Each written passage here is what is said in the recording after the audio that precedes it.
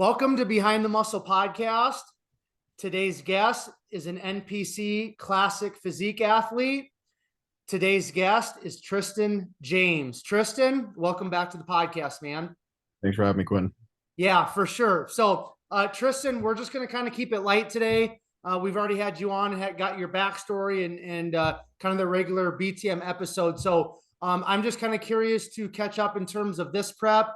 I know you competed here a few weeks ago and you won your competition. So we're going to touch on that. But first of all, before we kind of get to those things, when did you kind of start prep? How many weeks out for the show that you did a few weeks ago? So that was an 18-week prep. We started June, a little heavier than I would have liked to start, a little bit less in shape, but it's all right. The 18-week prep from that one, and then an additional 5 weeks, so 23 or so weeks for this one. Okay. And how does that kind of compare, the 18 weeks or 23 weeks, however you want to look at it? How does that kind of compare to some of your previous preps in terms of that starting point? I mean, every prep I've done has been different. The last show I did in 2019, which was the last show I did before this season, I was in pretty decent shape already. And I did an 8-week prep. Granted, I didn't get in stage condition by most people's standards, but I still won my class. But it was a local show. But it was a much shorter prep. Okay. Now, and then I've also done 6-month preps, 6, 7, 8 month preps. Yeah. Okay. So this 18, 23 week prep compared to the other ones, do you kind of feel like that was like a happy medium, or do you like the ones that are like 6 months or the shorter ones? What do you think about that? So in talking with Matt, moving forward, the goal is to stay leaner so we can do technically shorter preps. Meaning we don't have as much time. We don't need as much time, because if we had another 4 weeks on this prep, I could be even better. You know what I mean? Could be even better, but it's all about the starting point and how much do you want to sacrifice for conditioning and all that kind of stuff. And I don't mean sacrifice in terms of like your daily life or like food wise, but muscle. I spend a lot of time to build muscle. The harder you diet, the harder you have to diet from a worse spot, the less you're going to maintain in order to get that last little bit off of the glutes, Right. So I would say for me, the ideal prep time is this 12 to 16 week mark. Okay. Very cool. Past that, or even 18 week, past that like the last couple of weeks of this prep got a little mentally challenging. Granted, we were digging a little harder than normal, but it's just the duration. It's like, fuck, could use a week of just not thinking about this shit but we get it done. You're getting there, right? Just, you got a few more days, man. That's it. So, okay. And now, you said that the last time you competed before this competition a few weeks ago was back in 2019. Now, I can't remember because I've done so many episodes since we last chatted, but and for the people that are going to be watching and listening that didn't catch the first episode, was there a specific reason why you hadn't competed so long? Was it just to take time off to get bigger, or was there some life happenings in that time frame? So from that, I got into a relationship, a short one. That was toxic as fuck, as they all tend to be. Got out of that, and then COVID happened, and so COVID was really just about surviving, because for 3-4 months I didn't have any money coming in, whatever it may be, and then I attempted to do a little prep at the middle end of that, and I just wasn't there mentally. Fast forward to 2021, and literally I was supposed to start prep on Monday. I think it was the 11th or the 12th. Sunday the 10th, I crashed my motorcycle. It wasn't a life threat. I mean, they all could be life threatening, but it wasn't a bad crash. I had a minor surgery, a couple injuries here and there, but it kept me out of the gym for 8 weeks. So there was a rebuilding phase. And 2021 is kind of one of those life-defining years where like a lot of growth happened, and not necessarily all of the things that actually, growth is never caused by positive things for the most part, but a lot of the events of that year were really challenging mentally and physically.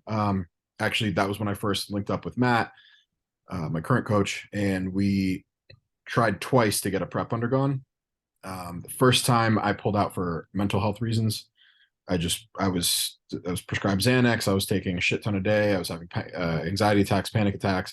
And this was before even putting in, I won't name names, but some of the harsher things, which can cause anxiety and panic attacks. So I figured it was about 6 weeks out when those things were about to go in. It was like, it's not a good time. Moving forward, I got into a better spot financially, mentally, physically, everything. I was looking, and I was like, you know what, let's do a show. And then I started having this really bad pain in my left quad on the IT band. So I would train legs, and then I wouldn't be able to walk the next day just because my leg was that inflamed and that fucked up. And so I was getting 3 to 4 hours of massage work a week, which is not cheap, just to be able to train legs and not alone do the cardio. So it got to the point where I was like, you know what, like, what's the point? I'm fighting this thing with a arm behind by my back, and I told myself I'm not going to get back on stage unless I look better. So I ended up taking 6 months off of training legs. I got an MRI, and it turned out it was a very minor issue that was a quick fix. But the people that I had helping me, we were so, and myself included with my background, we were so focused on it being something else that we didn't look at the issue it was. And now it's an easily maintainable thing just through stretching and some simple body work. And so I pulled out of that prep, and I honestly think, and then I got into another relationship. This one was not toxic, but it actually was very, I think, good for me.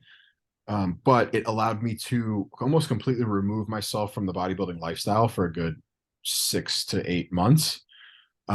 Whereas, you know, if I didn't train, I wasn't stressing it. If I didn't eat all my meals, wasn't stressing it. I was eating out a lot. I was living like a normal life. So it gave me kind of like a mental and physical break from the stress of like, I have to do this. And I know I'll catch shit from people who are like, oh, well, you're not a true body. I don't really care. It made me a lot more fresh for where I'm at now. And it gave me a new vision and a new balance in life that like, okay, like, yeah, bodybuilding is great and all, but there's a life after it. And there's life involved during it too, that you have to be able to live to be happy. So, you know, everything happens for a reason and all that kind of stuff. But I think I actually made the most progress physically when I was focused the least on bodybuilding. Because I'm an eater. I eat a lot.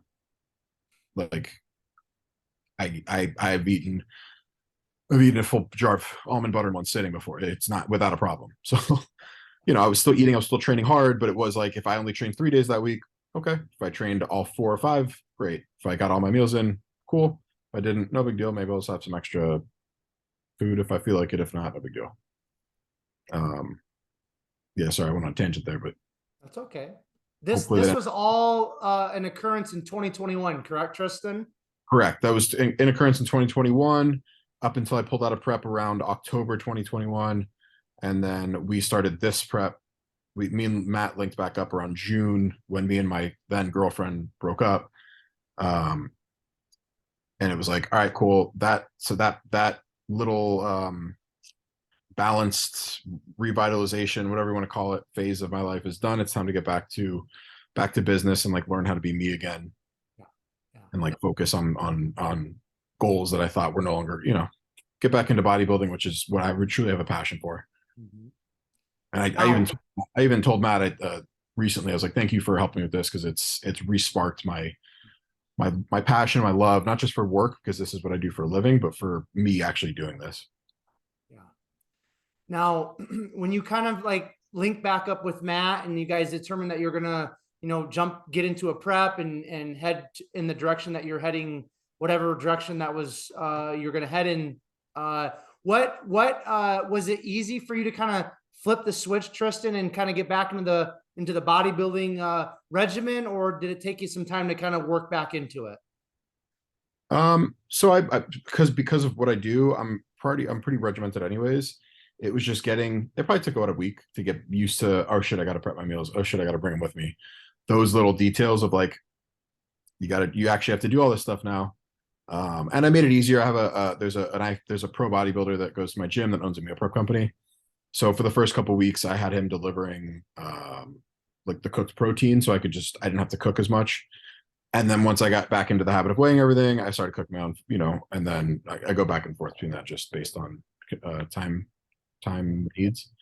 Yeah, it was relatively, and then me and Matt are good, and so we tried to, he knows I bake bread. So for the first few weeks of my diet, I had toast on there, bread as carb source. So he made it so it wasn't like oh shit, now I'm only eating chicken and fucking broccoli and rice, like, which is nice, and it's something that I try to do with my clients too. Yeah, very cool. Now, did your body, when you really started getting back into your training regimen, did your body respond pretty well? It's kind of what you alluded to a minute ago. So I had already been I don't know if you know Paul, Fat Paulie's Cookies, Paul. Yeah, of course. Yeah. So me and him have been training for a few months already, and he uses Matt as a coach as well. So my training had been pretty decent. It just went from like I might skip today to we're training every. We had a split. We had a 3-day on, 1 day off split. I think this time we had a 5-day split with like Thursdays off or something like that. And it was like neither of us missed a session for weeks on end. And then we, splits rotate and all that. But yeah, my body did respond pretty well. Knock on wood. I didn't have any up until Monday of this week. I had not a single injury. I woke up Monday with my knees. I was unable to walk for a couple hours, which is just what you want on peak week. But yeah, I would say my body was quick to respond to re-implementing super physiological doses of gear and really pushing the training and really focusing on that intensity again with now adequate food to drive it. Yeah, excellent. Okay, now let's I want to get into a little prep talk here.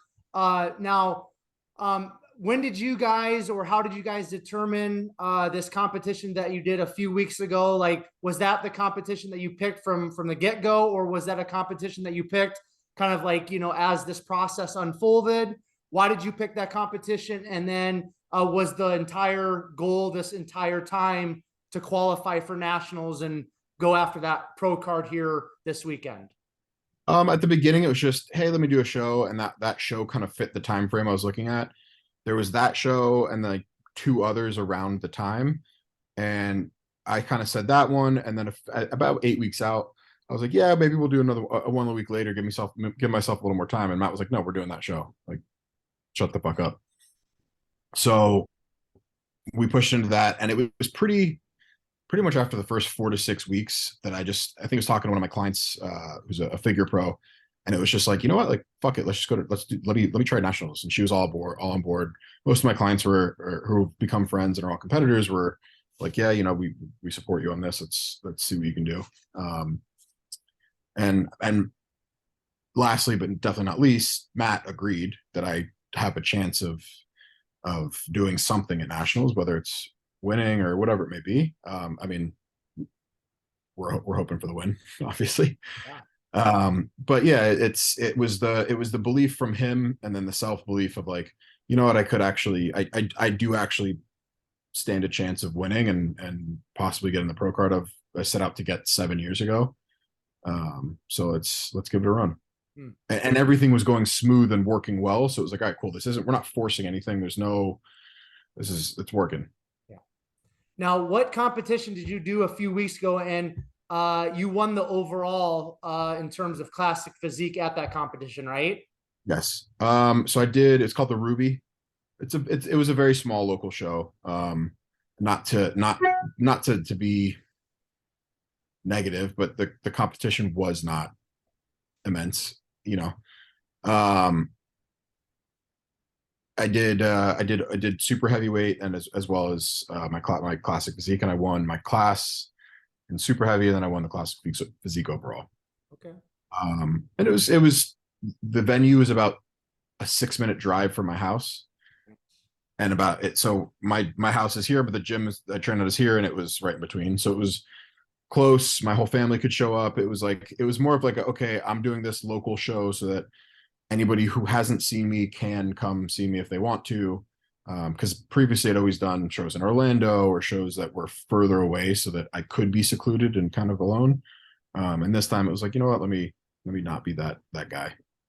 Okay, cool. Now, you said that you did super heavies, and this was something I was going to bring up at some point, and you brought it up for me. So when I look at this is my perspective, okay? When I look at your photos on Instagram, obviously you have a classic physique, but like I mean, you have like your quads, your legs are to me a very strong point, and you have like a bodybuilder's physique. So when you first started competing, did you start in like open men's bodybuilding, and do you have like a desire, or at some point do you think you will find yourself competing in an open men's division, or is it fully focused on classic going forward? So when I started, I'm trying to pull up a picture here. I was actually a men's physique because classic physique wasn't available. Okay. And I could probably I'm trying to pull up an old Your stage. legs had to be bursting out of those shorts, dude, huh? I mean, I weighed in at 205 back then. I was like 23 or 24. Um, the it was actually me and Matt were talking on the drive up here. Almost got it. Yeah, that's a terrible picture, but that was my first show ever. Okay, yeah, I can see it. Yeah, yeah, okay. Because of the weight limit and my struggle with it each time, granted, each show I plan to be leaner and leaner, so the weight limit shouldn't be as big of an issue. I have no loyalty or ties to the classic physique division. Let's say Saturday I come off stage, I have a pro card. The goal is to compete in classic physique for a bit, and then but not train as though I'm trying to maintain that. It's bodybuilding. I want to be as big and fucking as big as humanly possible. And if we can still make weight, great. If not, go compete with the big boys. But I'm also realistic in knowing that, like, because of the tattoos I have and some other, maybe this is all in my head, but because of that, I don't think I'll do as well in open. But we'll see. I haven't ruled it off the table. Matt is very, very not adamant, but very consistent with wanting me to stay in classic physique. But I think if all goes as planned on Saturday and we come away victorious, I want to say when, but I don't want to sound like an asshole. The plan is to do a few pro shows kind of like early summer this year, and then see where I stand in that league. But really, I mean, I would have 10 extra pounds to play with, so really push the weight up. Yeah. And then really push the conditioning down. Mm-hmm. Yeah, I mean that sounds cool, because like I said, when I see your physique, I'm like, man, you've definitely got some strong points and got some mass on there. Now I got to ask you about your legs. You said for about 6 months you weren't able to train your legs, I think back in 2021. Have your legs always been a pretty strong point for you? And did you see anything in terms of a loss of mass, or do they hold up pretty strong when you couldn't train them for 6 months? So I'm a stubborn motherfucker, and while I couldn't train them for 6 months, I still would train them. If that makes sense. Like, yeah. I told you, I would be limping for like 2 or 3 days after the fact. So I couldn't train them consistently, but every 10 or 12 or 2 weeks, 10 to 12 days, maybe 2 weeks, I would still get something done to maintain something. I'd get a pump, I would do maybe 3 exercises versus 5 or 6. And then I would just suffer the consequences. It was usually the day after I got a deep tissue massage so that I could get through a training session. And then I would suffer for 2 or 3 days and then let them recover. And then, so by I wasn't able to train, it means I wasn't able, I was working out versus training, if that makes sense. Yes, you know what I mean? Absolutely. I wasn't making progress, but I wasn't allowing the muscle to leave. Cool. I think that set me up for them to just blow up once I was able to really train them again. Yeah. Awesome. Okay. Now, in terms of kind of this prep overall, people kind of like to get into a little bit of the details. So I just want to ask you, Tristan, like cardio, what type of cardio have you guys been doing? And what's the most cardio in like a day that you've worked yourself up to? So we rotate. I have a treadmill at home. Stairmaster and the Arc trainer are the 2 3 I use. Arc is like a elliptical style. Um, I would do stairs at the begin. As we started, stairs was pretty much the pinnacle. It's all we did. That switched to stairs and Arc, and then as we got closer to the show, the stairs sort of got phased out, and it was mostly walking. Incline of anywhere from 7 to 9 at a 3 mile an hour pace. And I have a watch that checks my heart rate. So I'd make sure my heart rate was above 130. If it dipped down to like 125, I wasn't going to stress it. The most cardio we did in a day was I got up to 2 hours, sometimes a little over. And that wasn't necessarily Matt telling me to do that. That was like, you know what, I still have energy. I'm waiting around for my last meal. I still have energy. Let me go walk for 15, 20 minutes on the treadmill. So it was almost not cardio, more so movement, just keeping movement up and making sure that my steps were high and making sure that like I wasn't just being a lazy piece of shit on the couch all day.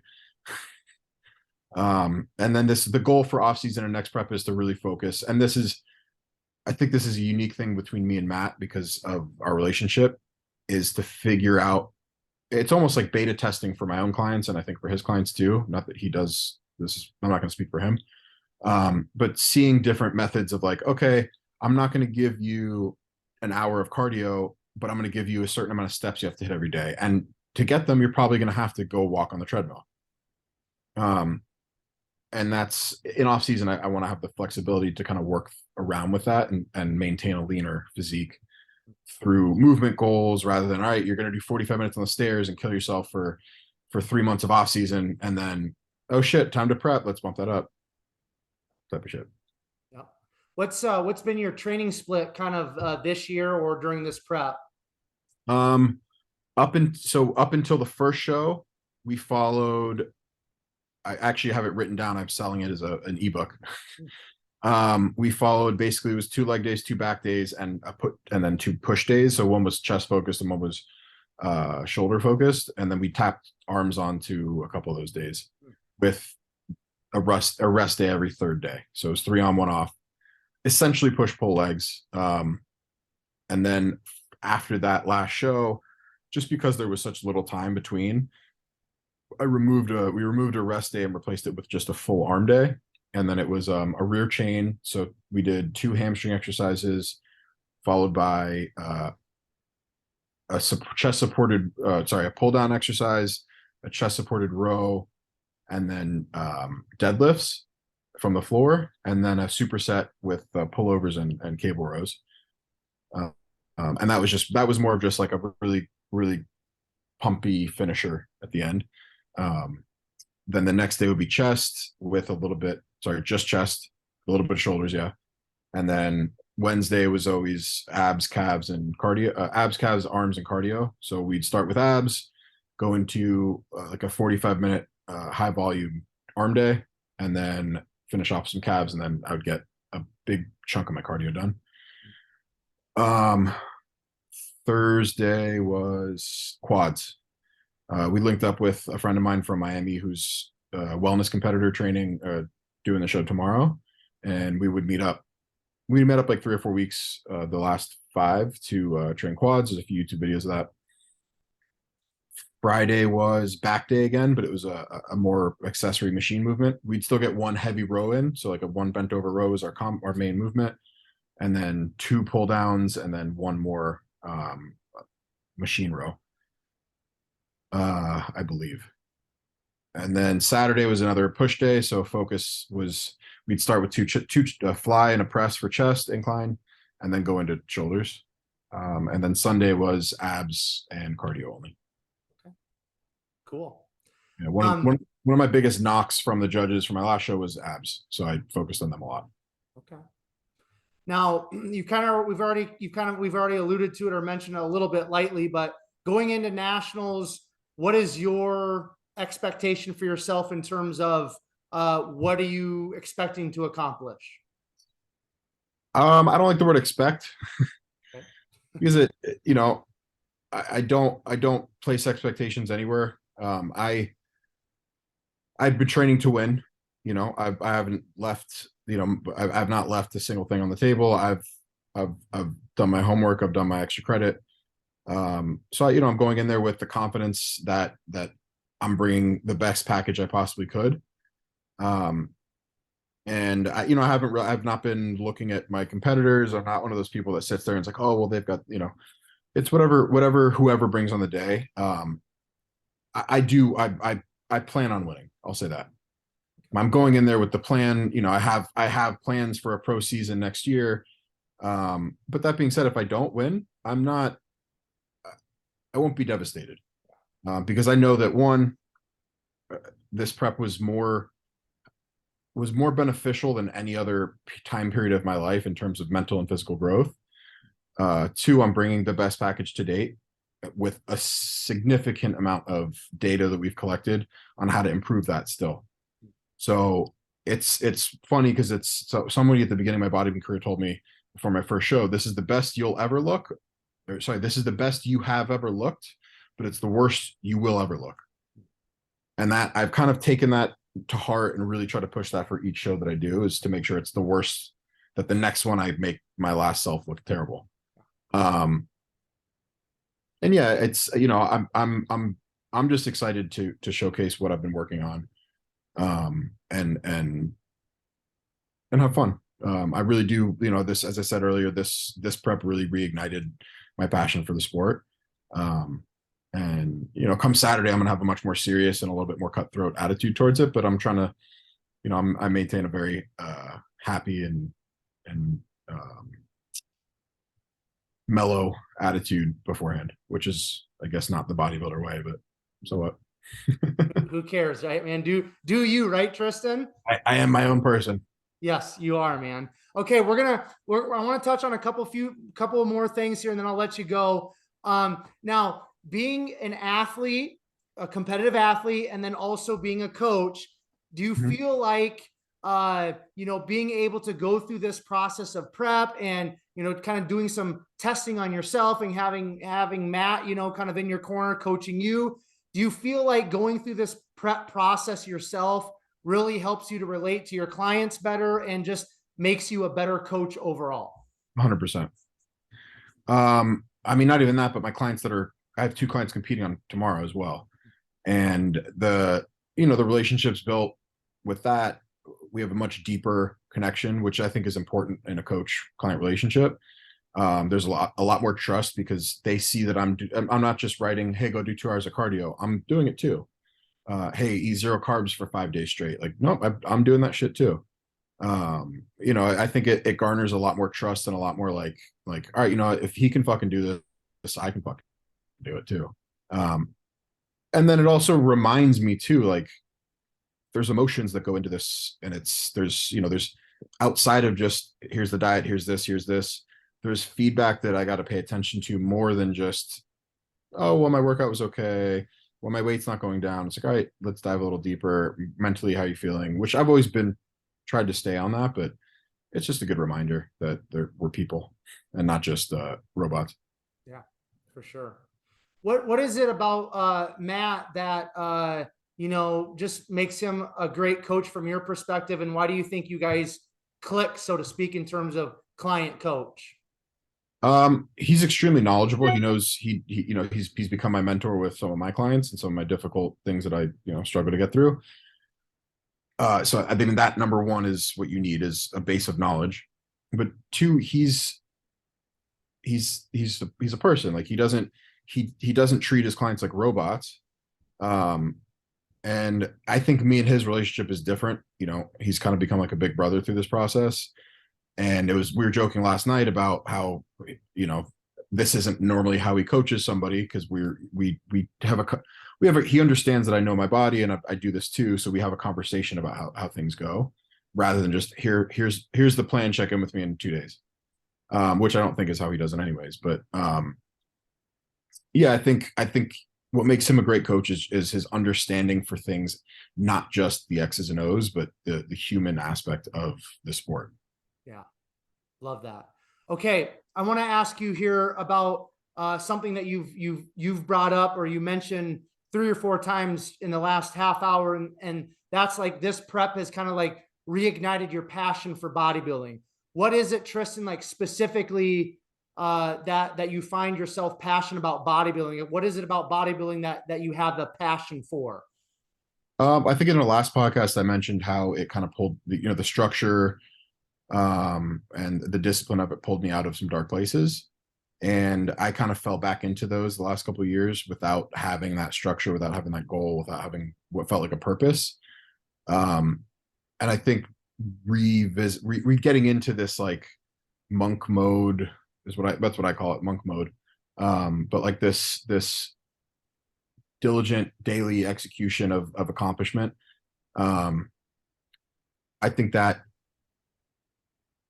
it not only helped my mental health, but it helped me remember like, oh shit, this is more than just a job. You got into doing this as a job because you like doing this. And watching the transformation and seeing your hard work pay off in front of you week after week, day after day, hour by hour at this point. That re-sparked the like, you know what, you're not done yet. Like you can still do this and enjoy it and live a normal life. Not normal, but for me, my life will never be normal. Okay, awesome, man. Okay, kind of last topic I want to touch on. So again, the mental health side of things, I just want you to speak on that because I know that those of us who are competitive bodybuilders, there's obviously a mental side to bodybuilding, being a competitive bodybuilder. Life, from my perspective and just in general, it's a mental game, right?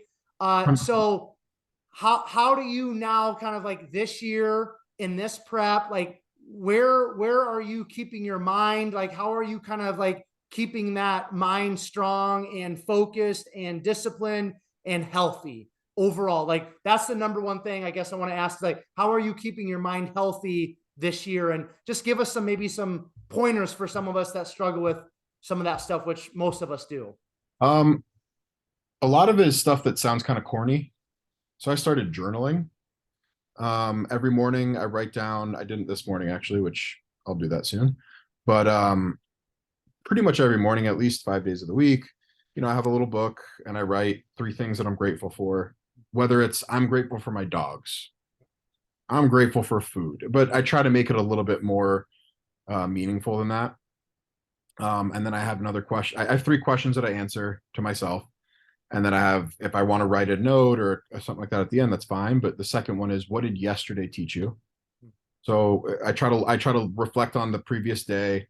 And this is the morning after I woke up. So it takes a minute to remember. And then the third one is, how are you feeling about today? And it's, again, I try to be honest, but I try to make sure there's a positive spin to it.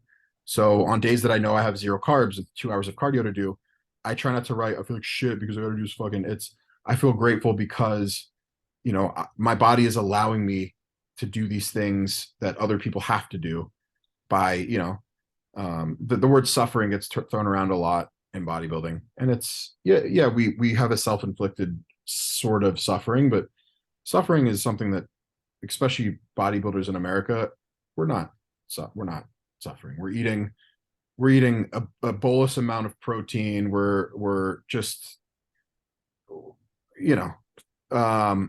so it's changing the mindset of like, I have to I get to, being gratitude practices as hippie-ish or whatever you want to call it, as they sound, they're really helpful. Waking up every day and being grateful for something instead of like waking up like, oh fuck, I gotta do this fucking cardio.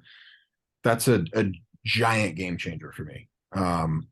And then are you okay with talking about certain things on this channel? It's your story. It's your episode. You talk about whatever you want, man.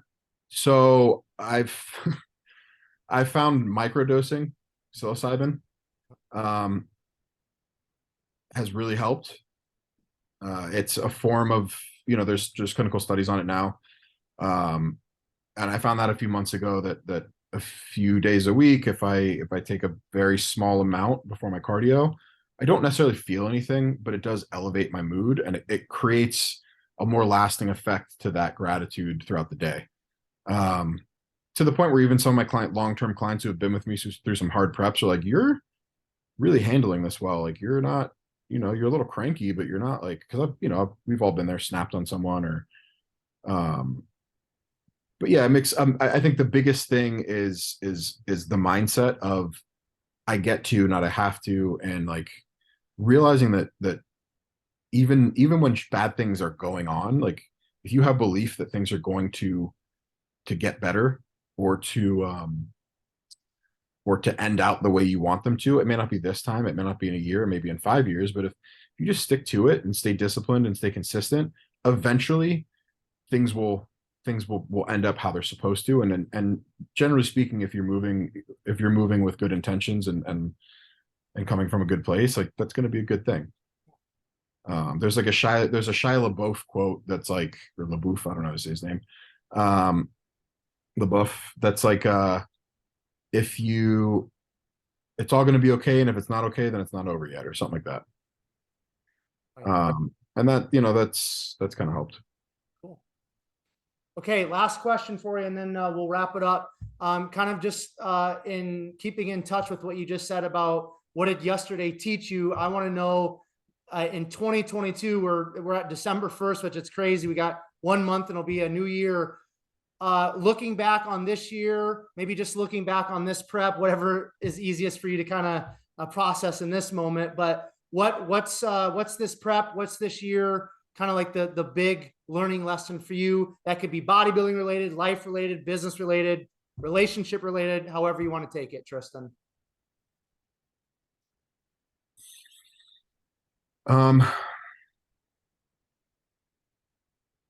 Don't stress the don't stress the small things, especially the negatives. Because if you stress the negatives and you focus on the negatives, more negatives happen. The anecdote of like, if all you think about is yellow car, all you're going to see is yellow cars. I don't know if you saw the video of me and Kai Green. I saw a picture, not a video though. So it's on YouTube, and at some point in there, he's talking about how he went to go buy a car, or he'd never had a car, and someone was like, "And you're going to start moving your artwork, you got to buy a car." And one of his uncle's friends, or someone in his life's friends, had a red Ford for sale for just right what his budget was, and all of a sudden, all he starts seeing are Fords everywhere. And it's the same anecdote. It's once you start to focus on something, that thing becomes more apparent. So I guess it's the power. What I've learned this year is don't sweat the small shit and focus on the negative, but also the power of your own mind and mental thinking. Like what you focus on and what you think about every day can come true and can come to fruition. Powerful, man. All right, dude. Who of your clients are competing tomorrow? So I have Nicole, who actually we work together. She helps me with social media. We've been friends for 4 or 5 years, and she hired me back in January. And everybody told her she needed to do wellness, and we brought her legs down by about 4 inches, her waist down by about 4 inches, her weight down by about 25 pounds. And she's 40. And she just won her last 2 shows, both of her open classes. So she's doing really good. I'm very, very proud about what we've done with her in the last 10 months or so. And then a new client that actually got only 4 weeks ago, from a high level coach who was not giving her the adequate attention. And, she's dropped about 20 pounds in 4 weeks too. So I'm interested to see how she does. I think she's got a decent shot in the top 5, if not, hitting that 1-2 spot. But we'll see. If we had an extra 4 weeks, we didn't have full 8 weeks or 12 weeks together, I think she'd be undeniable. But we did the best of what we could with the time we had. And she's competing in wellness as well, or another division? She's competing in figure, and then the other girl's actually competing in bikini. Oh, cool. So we brought her down she was actually a IFBB Pro figure competitor. Oh, wow. Who competed in the IFBB Pro Elite division, and the Pro League stripped her of her pro status, so she's not going to get it again. Okay, cool, man. All right, anything that you want to leave with us before I do a quick outro, Tristan? Make sure you give us your Instagram if nothing else. So my Instagram is Tristan James PFC. And the only thing I want to plug is Fat Polly's Cookies and the Fat Brownie Shop, my two best friends who make really good baked goods. Their Instagrams are what I just said, Fat Polly's and Fat Brownie Shop. Cool. If anybody wants to connect with you in terms of coaching, Instagram is the best way to connect with you in terms of that. It would be the PFC. It's called Team PFC or PFC, something like that, on Instagram, or join PFC coaching at gmail.com. Awesome. All right, man. Tristan, I just want to say good luck on Friday. Thanks for coming on the podcast again. And we'll probably get you back on at some point after Nationals, do a little recap if that's okay with you, my man. Yeah, it'd be great. It's a good time talking to you. Cool. All right. I'm going to do a quick outro. I'll let you go. Okay. All right. Have a good one. All righty. All of you who are tuning into this episode of Behind the Muscle podcast, I just want to say thank you so very much. If you guys have not done so already, make sure you hit that subscribe button on YouTube in regards to Behind the Muscle podcast. Also, please take this episode of Tristan, share it on your Instagram stories. Make sure you tag Tristan, tag Behind the Muscle, so that we know that you listened specifically to this episode and found great value in it, in which I know you did. And then finally, I will leave you guys all with this. Remember, behind the muscle, there's always a story. We'll catch you guys later.